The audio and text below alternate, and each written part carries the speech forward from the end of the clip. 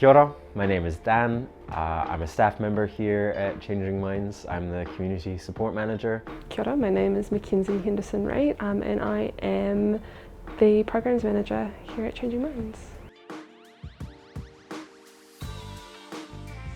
So I was diagnosed in the UK, I think a little over a decade ago, with a diagnosis that now no longer kind of rings true for me. I came back home here to be with family for family support, and the biggest shift for me is how everything just kind of slowed down. I got support from early psychosis intervention, or EPI, and it was really remarkable. Essentially, those sessions were an hour. A lot of the focus was on me and what I wanted to achieve and what my goals were, what I wanted from life. Being in those kind of relationships and the support that I was receiving was really important for just me remembering that I was a person living their life and wanting something from life, not just someone who was experiencing symptoms that at the time I didn't really know much about or how to manage all that well. When I entered high school, the combination of the change in my academic environment kind of compounded some earlier changes that I experienced at home, and that led me to experiencing a period of time of mental distress. I was really fortunate at that time to be going to a private high school, so I had 2 on-site psychologists that were able to see me. It was incredibly convenient and incredibly privileged. It also meant that I had a whole bunch of friends around me at school that were able to support me. Having that support so easily accessible meant that my journey was much easier and straightforward than it could have been otherwise. I think when we think about mental health or well-being, often we think about it in terms of ourselves as an individual. We think of, I go to the GP and that's a one-on-one conversation. I go to a service and often that's a one-on-one conversation. But actually, relationships are kind of everywhere, not just in mental health, but in life. You know, what does it mean to chat about mental health when you pick up your coffee? What does it mean to ask your barista how their day is going?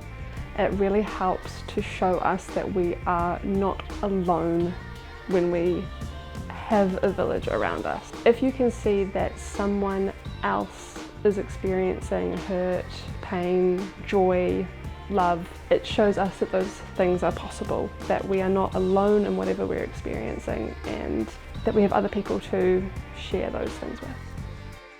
I think often when mental health or well-being starts to get affected, sometimes the impact, but also the first signs that we see are often with the way that people start to speak to each other, or the ways that they just exist in time. Things can kind of slow down sometimes they speed up. In terms of support, I think you can look at those aspects. It's different, I think, in every relationship and between different people. Those adaptations always look kind of different in how we exist in the world, but it's kind of a simple example. But even sort of going for a walk to grab a cup of coffee rather than having a meeting around an office table, like rearranging the space so that it's more open and conversations can be more casual instead of having to be formal, you know?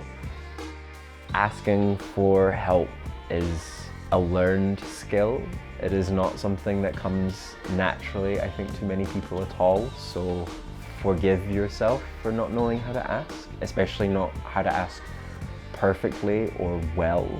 I am reminded of a quote, and it's a quote that says something like, it only takes 20 seconds of courage. If you can blurt out whatever it is that's on your mind, whatever you need, and just get it out there in the world, and then deal with it afterwards. Then you're able to work through it. The other person knows, you can talk about it together, and we can be in it together. My one piece of advice other than that would be try to find and build relationships and community with people who are willing to go on that journey with you. And I think part of the trick is searching for people whose journey either looks similar to your own and you have that shared experience there, Or even if someone's experience looks very different to your own, still looking for people who are willing to engage in that conversation.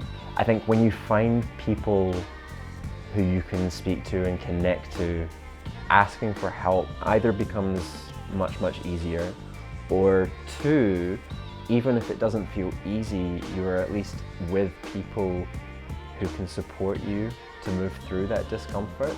It is something that we work to get better at, and having people who are in that same practice as well for themselves, but also can help others and we can help them, the more we kind of have those relationships, I think the easier it becomes collectively, the stronger that village becomes. If you are concerned about your mental well-being, there is a whole heap of resources available. You can check out depression.org.nz for more information, or if it's an emergency, you can call 111.